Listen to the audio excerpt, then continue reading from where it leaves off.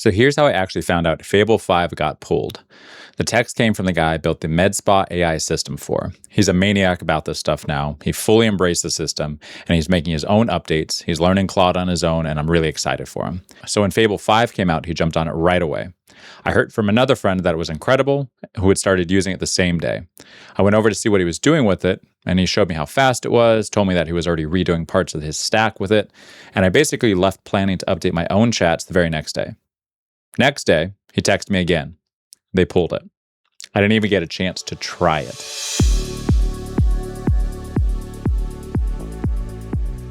Here's a quick version of what actually got released. Anthropic dropped Fable 5 on June 9th, and it was the first publicly available Mythos class model. It's a tier above Opus 4.8.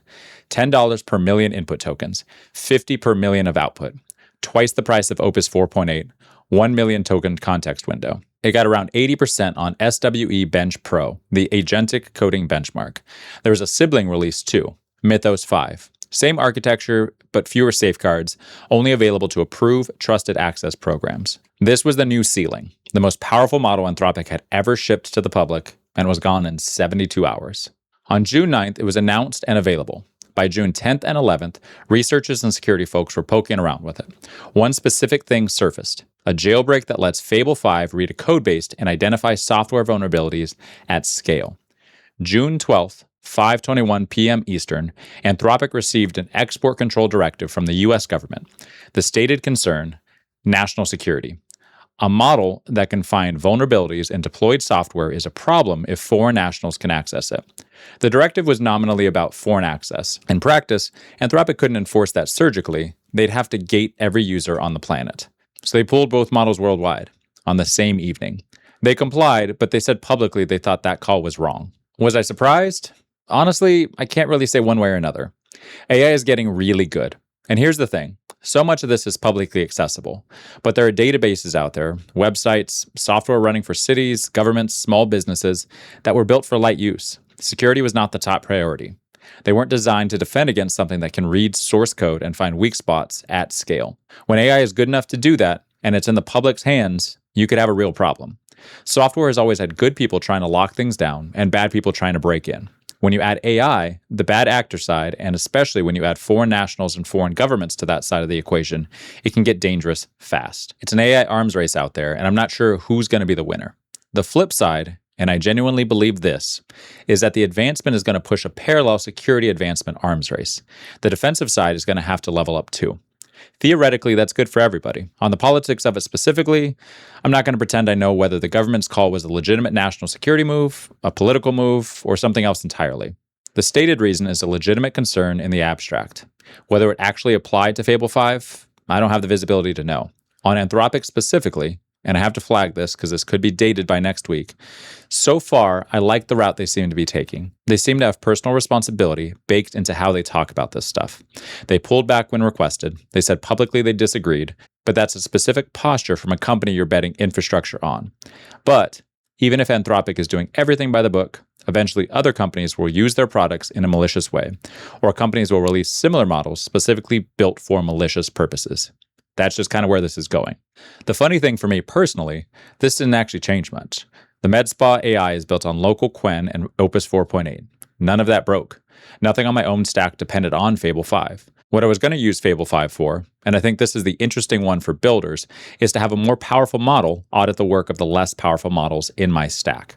As tools get better, the move is to use them to check the work of the previous versions. I wanted to have Fable 5 look over my projects, see what I missed, see what the next steps could be to fix that.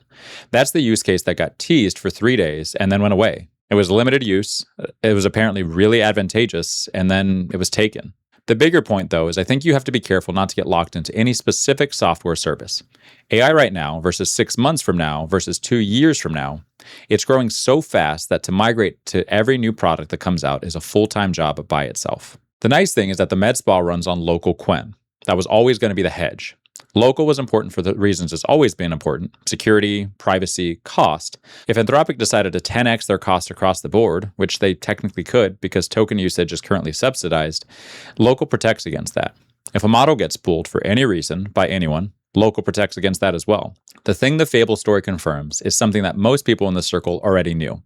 It's interesting to watch something really useful get pulled out from under everyone. You can't pull something that's on a local system, however. In the fight between local versus cloud AI, local just scored another point.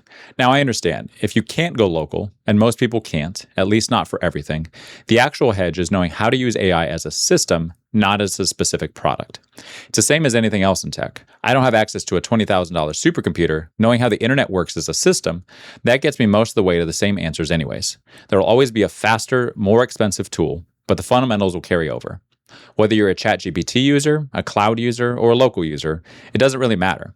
The point is to learn how to use AI as a system. That way, when something gets pulled, you can use the next best thing. For my own builds, here's how I think about it. I don't love putting a lot of AI into my programs specifically. I like using AI to build them, but the programs themselves stand alone. A lot of my calculation logic is algorithmic. It's deterministic. It runs off equations, not plug in AI and pray. Because if you build with a specific model in mind, and that model is required for your product to work, you can get locked in. And in technology, being locked in is generally not great. In something as volatile as the AI market, it's actively dangerous. I've heard a lot of people ask, is frontier model dependency a real risk category now? And by definition, yeah. But I wouldn't call it a new risk. It's just something to consider before you put all your chips into one basket. Maybe the US government decides to shut down Anthropic entirely. It could happen. Maybe Anthropic gets sanctioned and moves operations to another country. That could happen too. Maybe the next administration takes a completely different posture on AI regulation. That could also happen. In a market this volatile, there's an infinite number of things that can change overnight. The hedge isn't picking the right vendor. The hedge is understanding the fundamentals well enough to swap vendors when you need to. Here's the thing I want you to remember from this video. 30 days from now, this story is going to feel small. There will be another model release, another regulatory move, another sensationalized headline. You're going to have to read between the lines no matter what. The actual principle is to be slow to adopt, but quick to master. If Fable 5 had stayed up, and the story had been Fable 5 costs $5,000 a month for cloud access instead of $200 for Opus, that's a completely different story with completely different outrage. The new shiny tool changes every few weeks. The outrage is just going to rotate. We're in one of the most volatile periods of any technology I've ever seen. It feels like the birth of the internet all over again. There's a million shiny things in every direction, but you don't need the newest, shiniest tool to do the real work. You need to understand how the fundamentals work, and that's the whole point of what I'm building on this channel. Thank you for your time today, and please subscribe. This has been Danny with Cadmus Labs, and I'll see you on the next one.